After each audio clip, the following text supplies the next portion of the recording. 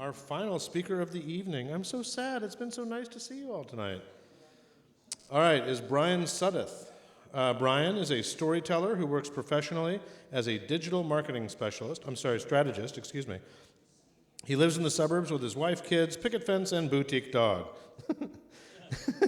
What kind of dog is that? He's a children's magician, a baseball umpire, and drives part-time for Uber. His 20 by 20 tonight is Tales from the Driver's Seat and Uber Driver's Confessions. Ladies and gentlemen, Bryan Suddith.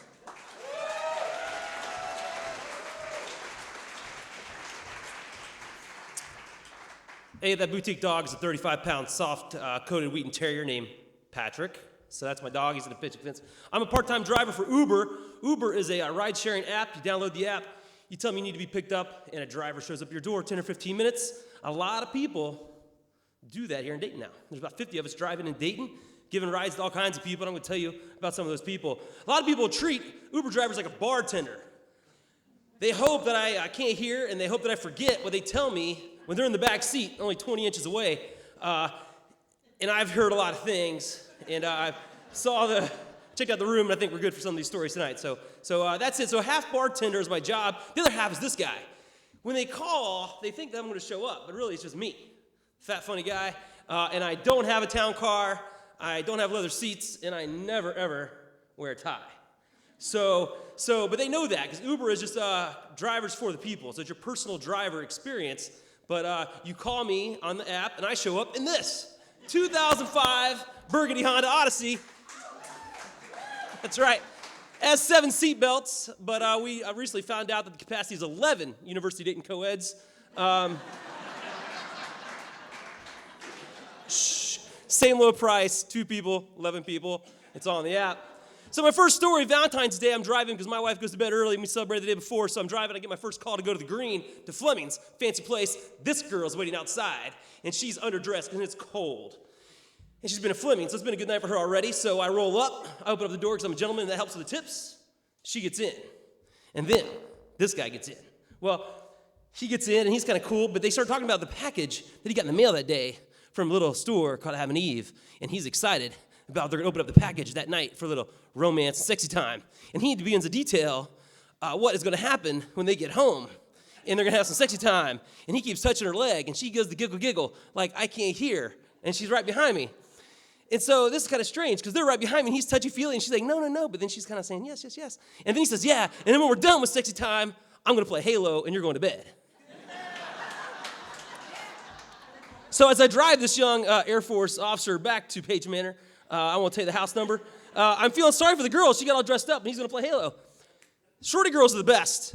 2 reasons. 1, they always tip, and they think I'm old, and I am. I'll probably be their dad. And 2, they always smell nice. They never pollute my van. They get out, and my van smells like it's been air freshened by a bunch of college co-eds.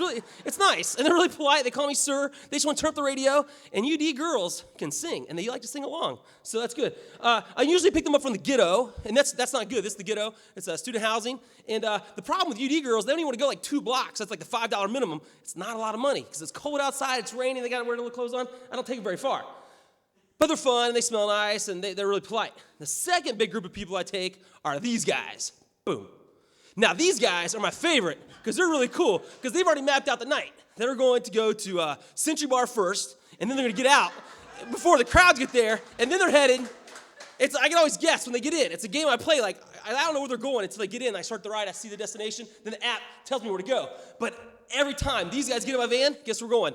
That place, Warp Wing. Yeah, it's Warp Wing or Century 9 out of 10 times. It's like I'm psychic. I know where they're going. It's like predictive analytics. It's not stereotyping. Predictive analytics and statistics. So I play a little game whenever I get there. So the app comes on, this comes as a bing, bing, bing, bing, and your driver has 15 seconds to hit the button and accept the ride. All I know is the guy's name or the girl's name and where they live, where I have to go pick them up. That's all you know as a driver. You don't know where they're going, how many people, or what condition of inebriation they may or may not be at that time.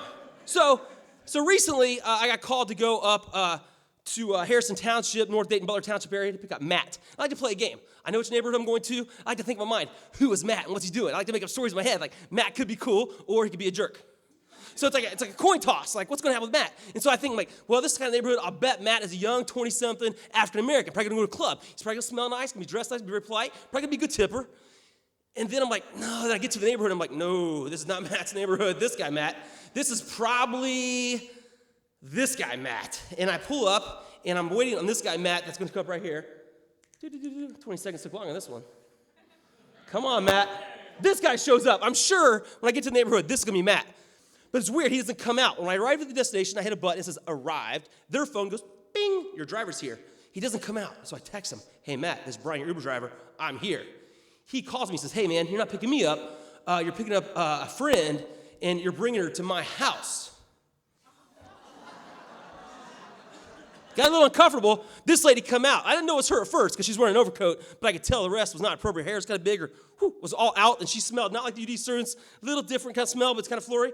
And she says, where are we going? And I says, well, Ab tells me that Matt lives at this address far from here in a south suburb. And we start driving, and she calls him. She says, well, you better have cash. If you don't have cash, I'm not coming. Can you not smoke your house? So I started to put it together pretty quick on what's happening, right? Like, so I'm thinking this could be really embarrassing for Matt because I drop her off the door. He comes out the door and waves. I'm like, that's really awkward. But then she tells me who she was, and I figured it out. It's not all drunk people. It's not all strippers and hookers. Sometimes it's some really cool stuff. It was snowing about 3 weeks ago. Remember all the snow? I get called a Kroger, Town and Country in Kettering, and I come outside, and these two ladies are holding a bunch of groceries. Not these two ladies exactly. They look a lot like these two ladies. One was from Saudi. One was from Qatar. No. It doesn't matter. Saudi and everyone else. And I take them to their apartments. When I get there, there's 10 other women look just like them. They're all playing in the snow in the parking lot. It's the coolest thing ever. I'm like, where are they from? Oh, they're all from Saudi Arabia. They've never seen snow. So until you've seen 10 women playing in full burqa, playing in the snow, you haven't lived. And I got paid to go see that. They paid me. Okay? So that's your community. It's like these ladies in the burqas throwing snow. It's a lot of fun. So Dayton is a cool city. You never know what's going to happen with Uber, but remember this. When you get in the car, be polite, he'll be polite back. Always give him a 5-star rating. Tip him if you can. And remember, whatever you tell them, whatever you do, he's going to remember and tell somebody in the not too far distant future. Thanks.